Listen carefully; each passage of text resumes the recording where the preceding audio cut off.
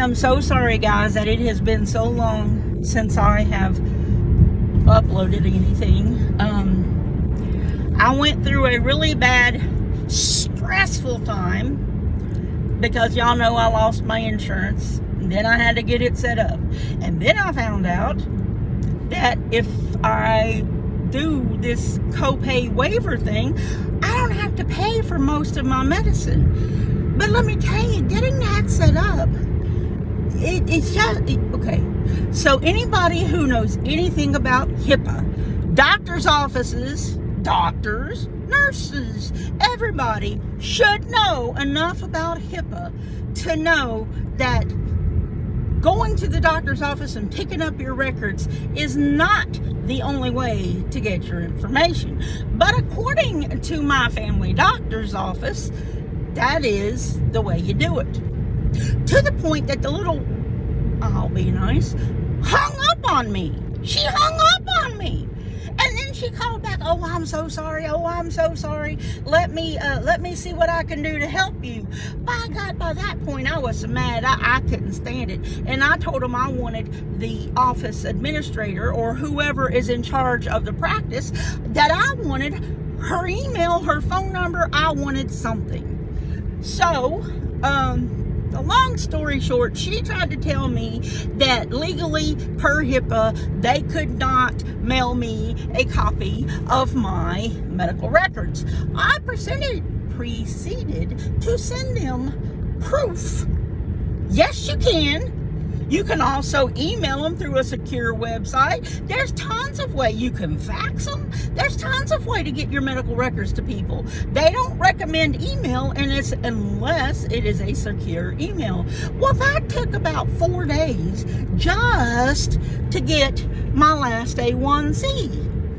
And, you know, it's 45 minutes from where I work to my doctor's office until I can find me another doctor. But anyway, then my mother, being my mother, I don't know if I told you guys or not, but she's back in the, well, she was in the hospital. Now she's in the nursing home. But when she was in the hospital, this idiot nurse said she was not qualified to give me my mother's echo results. And I told her that if she's not qualified, what is she doing being a nurse? That didn't go over well. She said she would have the doctor call me. Well, the doctor didn't call. So when I called back to get the results, well, I told the doctor to call you. And I said, well, he didn't. Can you imagine that?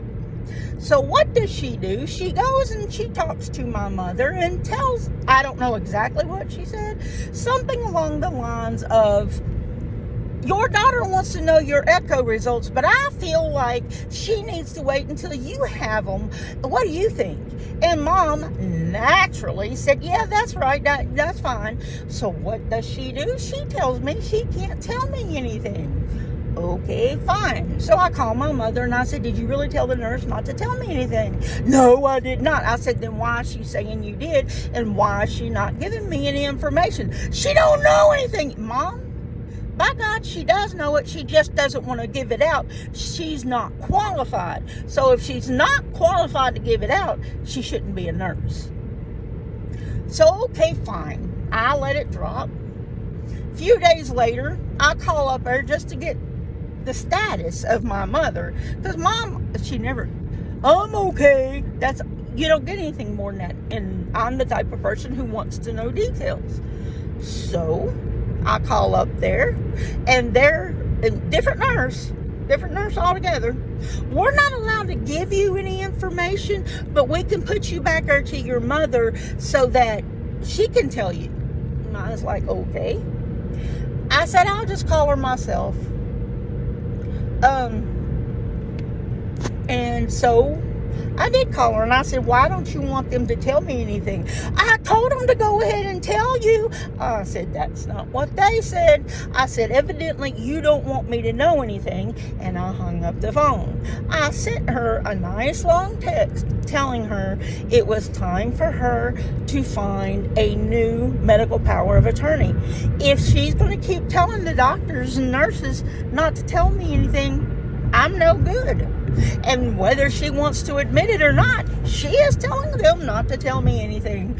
And, the first time, it devastated me. But then she nearly died, and I thought, well, maybe her doing what she did was related to how sick she was. But this second time, she wasn't that sick. She knew what she was saying. She knew what she was doing, and she perfectly meant for them not to tell me anything. And I'm done. I am not going to put myself in that kind of stress for no reason, for somebody who doesn't appreciate it, for somebody who doesn't even want me in her life. I mean, for the last 4 weeks, we might be on the phone 5 minutes, if that long, and then she gets off. I'm the one who is stupid enough to keep calling. I have cut way, way back on how much I call because she doesn't want to talk to me. Every time I turn around, she wants to find a reason to get off the phone. And that's fine. She can get off the phone. So, she's the one pushing me away. I am the only one of her kids that has anything to do with her, and she pushes me away. Okay, that's fine. Whatever you want to do. I don't care. As for me, I am my Signatera results, and I'm not quite sure about all of that stuff. I know that originally it was 0.11, and now it's 0.14. But all my doctor wants to do is get a new PET scan and go and look at that. And so that is scheduled for the 7th, which I think is like Tuesday or Wednesday of next week. And then my next appointment with her is the 21st. And we'll see what she says from there. But I'm under the impression that it's not a big deal, thank the good Lord. So I'm hoping it's not a big deal. Because, I've been under so much stress and depression over having a third diagnosis. The depression from that alone has been horrible.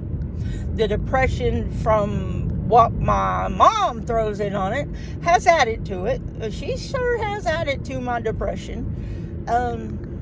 I guess I've just sucked it up, Buttercup, because knock on wood, I have not been depressed in the last week or so. I've been tired, but I'm always tired.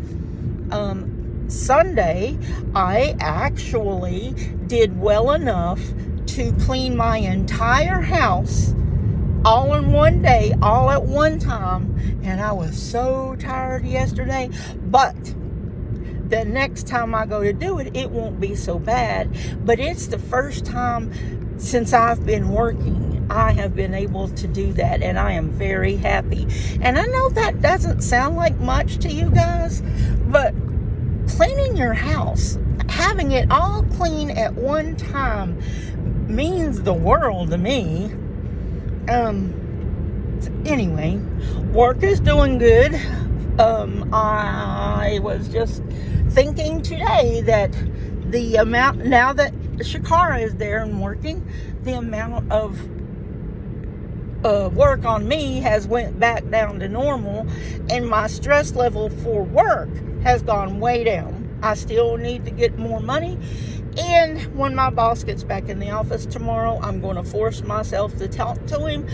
I'm just going to say, you've got this one employee, you hired her off the street. All she's got is an associate's degree, and I've got a master's degree and about 15, 16 years experience, and you start her out $4,000 less than me. That's not equitable. Anyway, Chester the Bester, the last little puppy I rescued, when I got him, he was less than 10 pounds. In 3 months, that little joker now weighs 45 pounds. He's gaining about 10 pounds a month, but he's a good boy. He is doing so well. I'm trying to think of the weather here in East Georgia, Middle Georgia. Well, I live in Middle Georgia.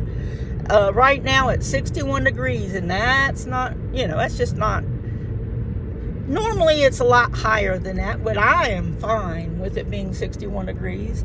It's cloudy and it looks like it's going to rain, and that makes me sleep so good. Money is tight, as always, but who doesn't have money? Everybody has money, you know. It's just, you know, I went from making almost $80,000 a year to making less than half of that. I am making a little bit more than half of that now, but it's, you know, it's not enough. It's not far from being enough, but it's not enough. Anyway,